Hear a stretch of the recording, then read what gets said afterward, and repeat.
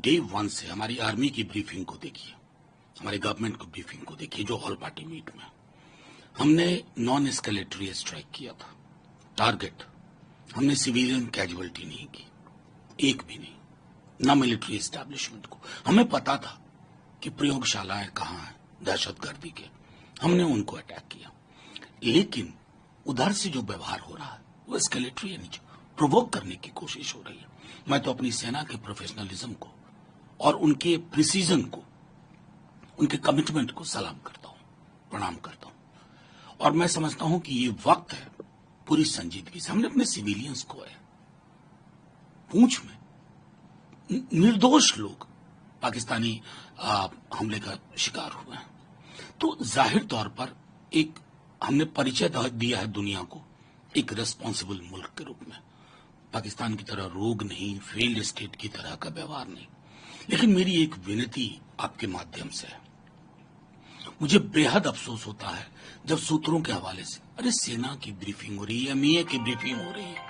भाई साहब, पार्लियामेंट जो मेंबर ऑफ पार्लियामेंट हैं या ऑल पार्टी मीट में ब्रीफिंग हुई है, ये सूत्र के हवाले से पैनिक करने की कोशिश ना करें।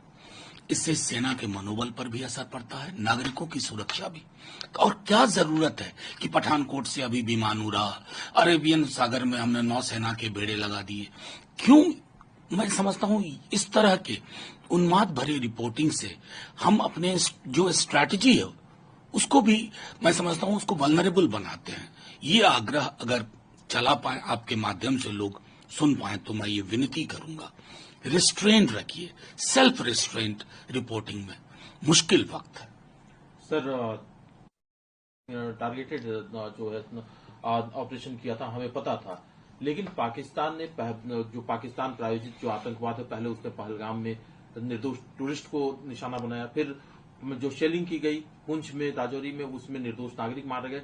कल भी जो ड्रोन से अटैक थे वो सिविलियन आबादी की तरफ थे।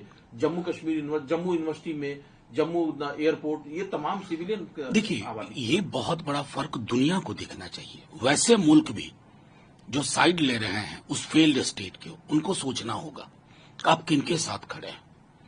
हमने हमेशा एक रिस्पॉन्सिबल मुल्क, हमारी डेमोक्रेसी है भाई, हमारे आंतरिक डिफरेंसेस जो भी हों, राष्ट्र की एकता, अखंडता, सुरक्षा, आतंकवाद, ये नॉन निगोशिएबल इंस्ट्रूमेंट है। पूरा देश एक तरह से सोचता है। हमारी सेना की ब्रीफिंग जो मैंने परसों देखी, हमारी वो जो दोनों फोर्सेस और एमईए की थी, दहशतगर्दी सिर्फ नहीं थी, वो आपने हमारे देश में नफरत की आग लगाने की कोशिश की। लेकिन इस मिट्टी की खूबी है, आपके उस कोशिश को नाकामयाब करके रख दिया। तो दुनिया को देखना चाहिए कि हम किस प्रकार बिहेव कर रहे हैं और हमको किस प्रकार प्रोवोक करने की कोशिश हो रही है।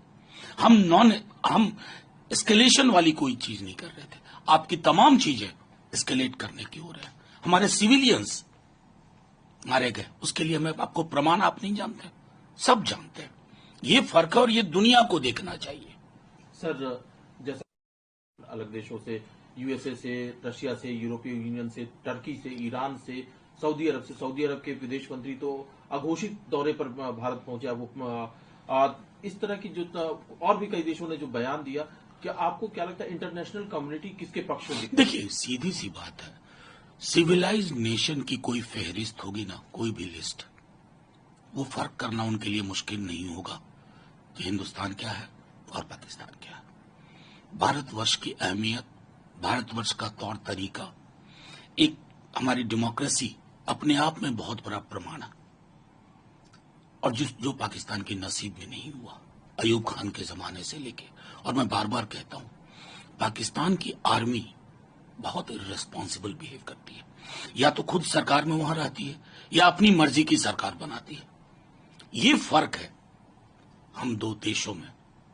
47 के बाद ये फर्क आप देख सकते हैं बनने के बाद। सर, जो आप कल भी एमईए की तरफ से ब्रीफिंग जो हुई है, विक्रम मिश्री साहब ने साफ तौर पे कहा कि पाकिस्तान कह रहा है कि इम्पार्शियल इंटरनेशनल एजेंसी से जांच होनी चाहिए पहलगाम की। उन्होंने साफ तौर पे कहा कि इस तरह के पाकिस्तान का जो इतिहास है, 26/11 का जब हमला हुआ, उस समय में हमने इंटरनेशनल कम्युनिटी को इन्वॉल्व किया।